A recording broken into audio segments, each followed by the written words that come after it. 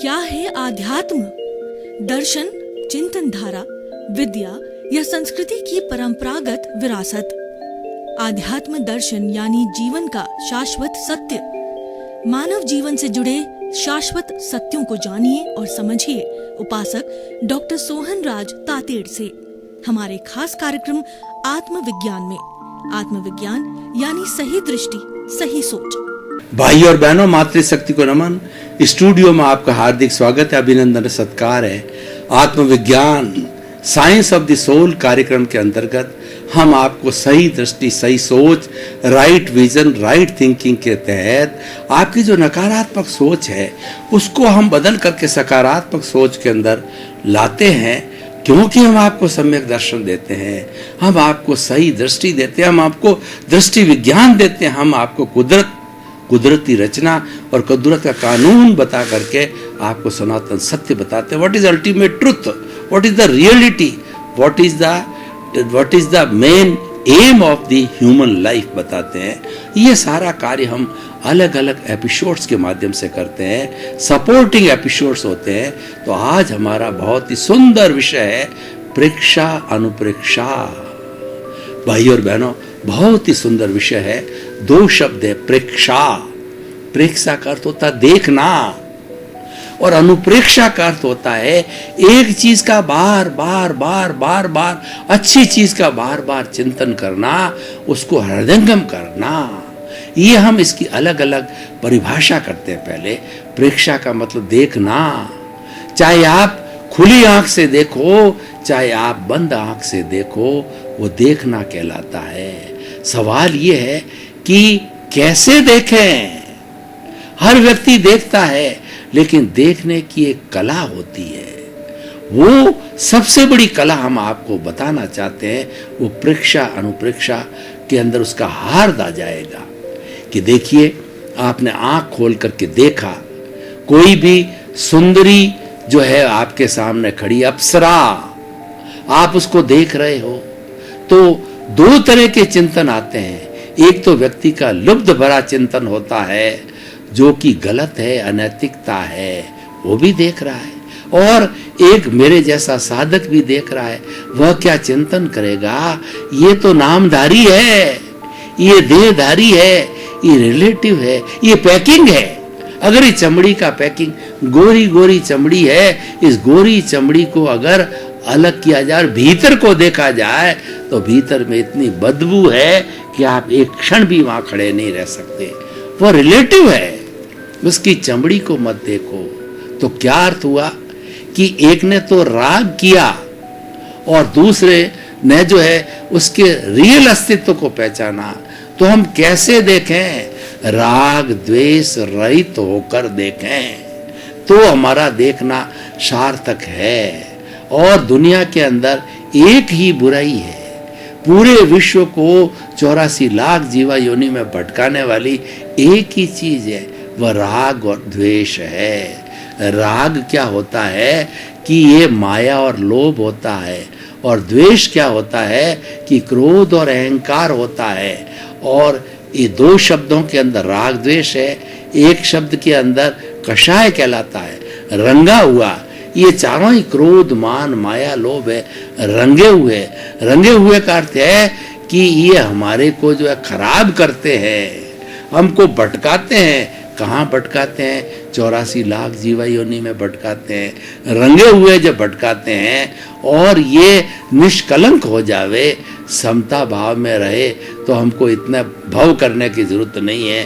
क्योंकि कहा जाता है कि भव सुधारो, जो है भाव सुधारो, भाव सुधरेगा, भाव बिगाड़ो, भाव बिगड़ेगा।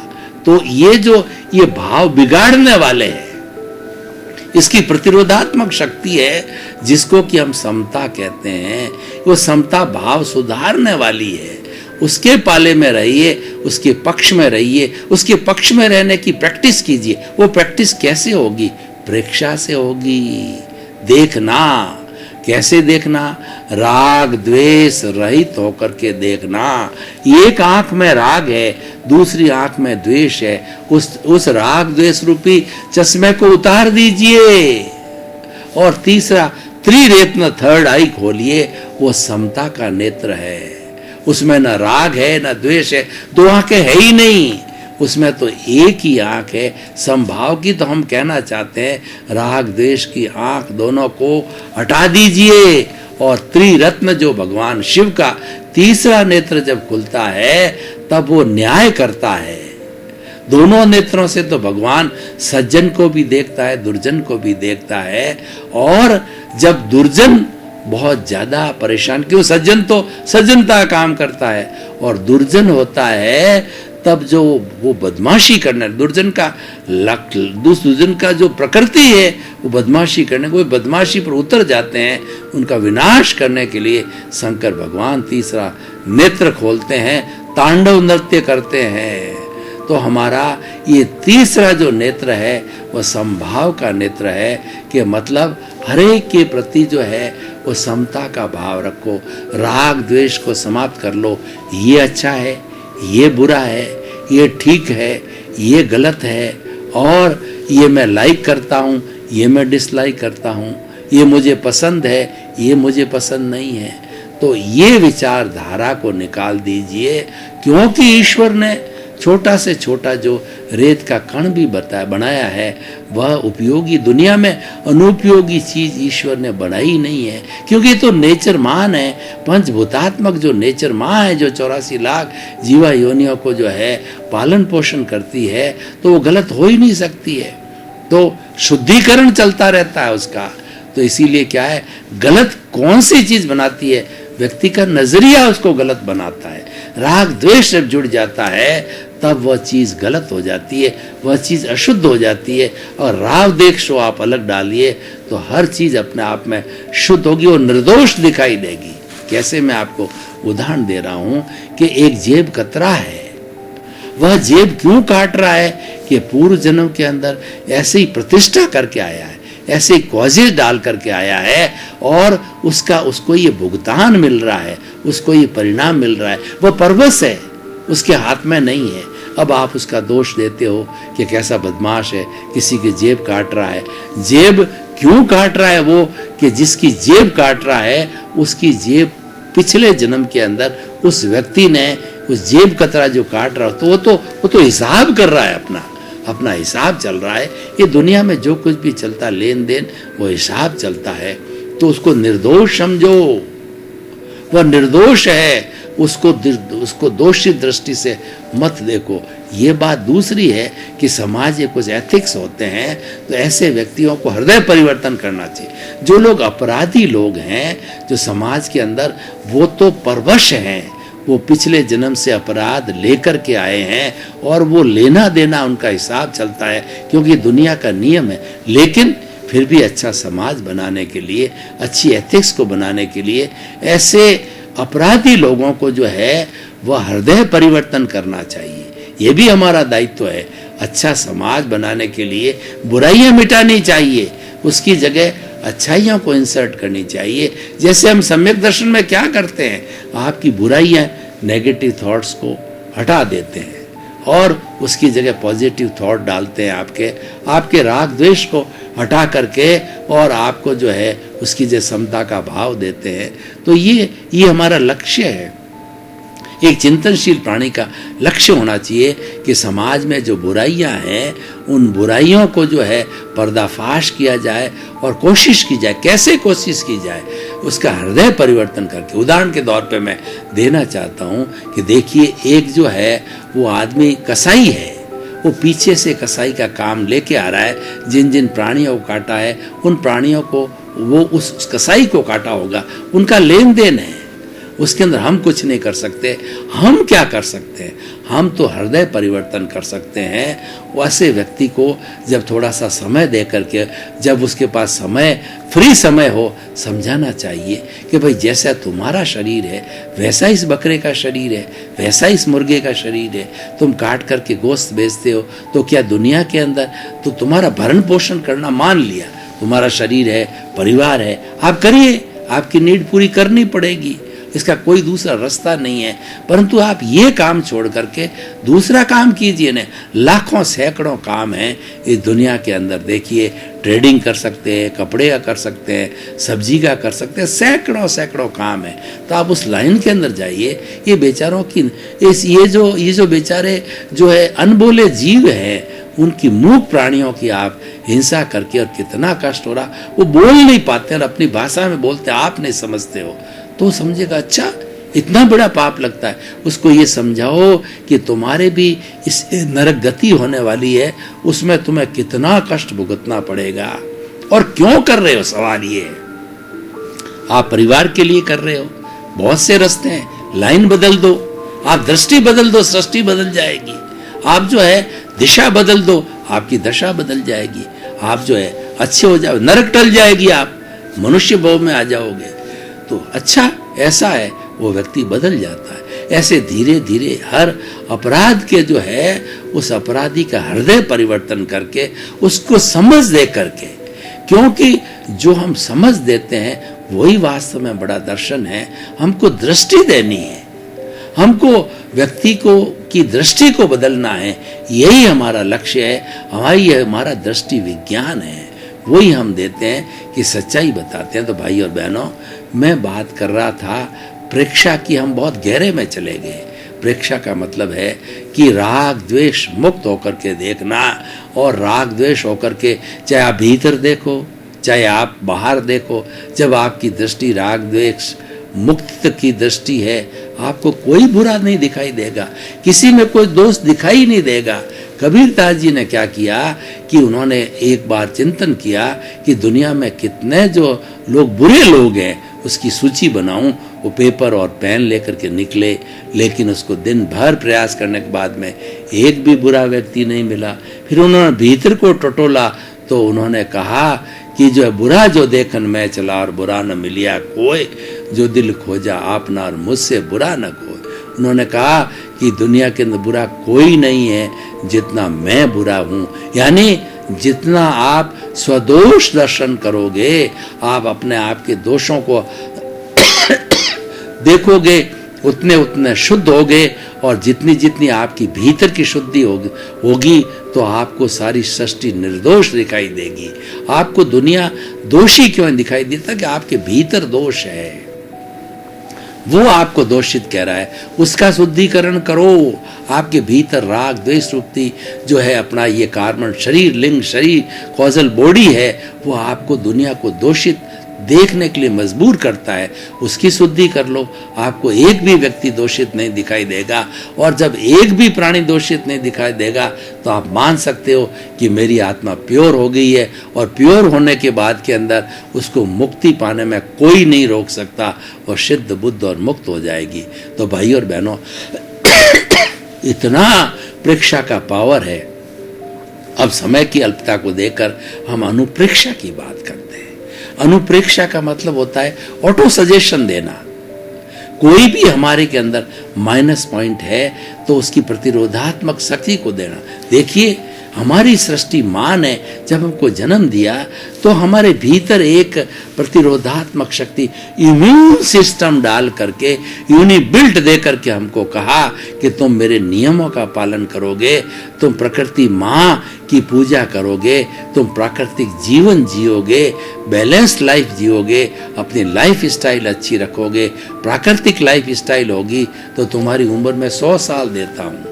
लोग 100 साल जिया करते थे, और 100 साल के आधार पर जो है समाज ने तो है वो 4 आश्रम भी बना दिए। 25 साल की उम्र तक ब्रह्मचर्य आश्रम, और 50 साल की उम्र तक गृहस्थ आश्रम, 75 साल की उम्र तक वानप्रस्थ आश्रम, 75 से 100 साल की उम्र तक जो है वो संन्यास आश्रम। ये क्यों बने?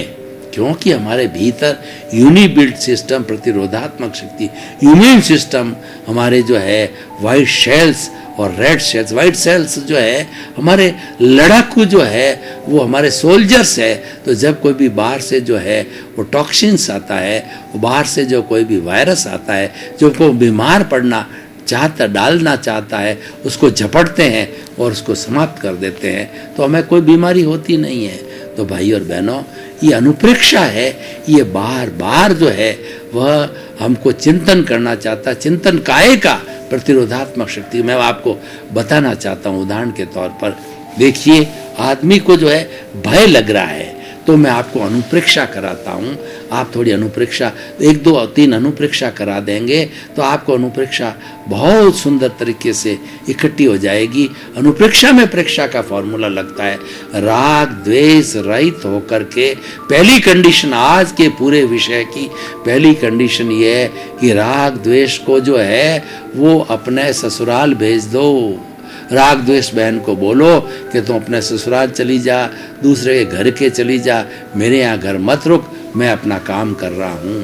तो जो है देखिए हमें प्रयोग करते हैं, आंखें कोमलता से बंद, रीढ़ की हड्डी सीधी एंटीना की तरह, और हमारे दोनों हाथों की मुद्रा ध्यान मुद्रा के अंदर।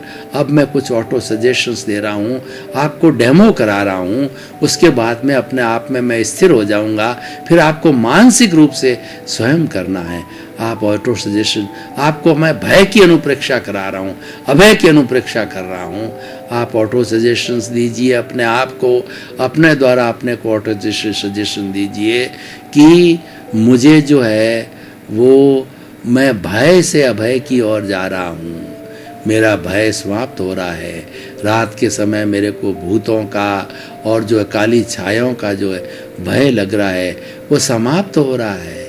जिन जिन कारणों से मुझे भय लग रहा है, मुझे मृत्यु का भय लग रहा है, मुझे भूत का भय लग रहा है, मुझे इस बात का भय लग रहा है कि मेरे यहाँ चोरी हो जाएगी, मुझे इस बात का भय लग रहा है कि मेरी प्रॉपर्टी को कोई छीन देगा, तो वो सभी कारण जिससे मुझे भय लग रहा है, उन कारणों का जो है मैं निचोड़ निकाल रहा हूँ कि ये संभव नहीं है।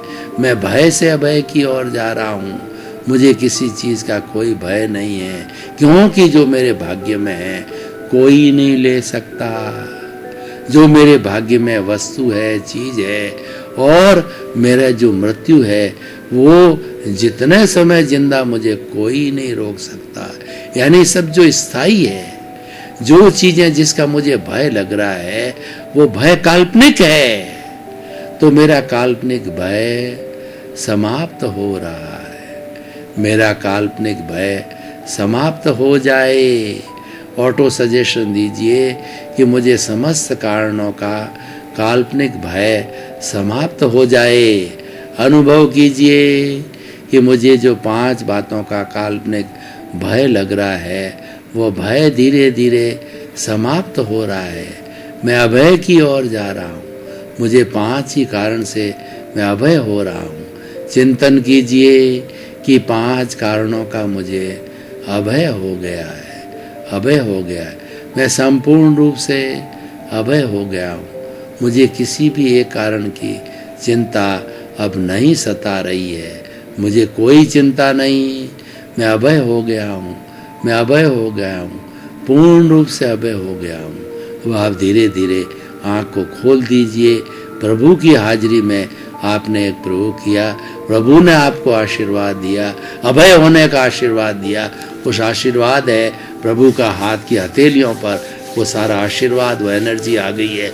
उस एनर्जी को सिर पे लगा करके आप अभय हो जाइए। 3 बार मसल करके अपने सिर पर लगाइए।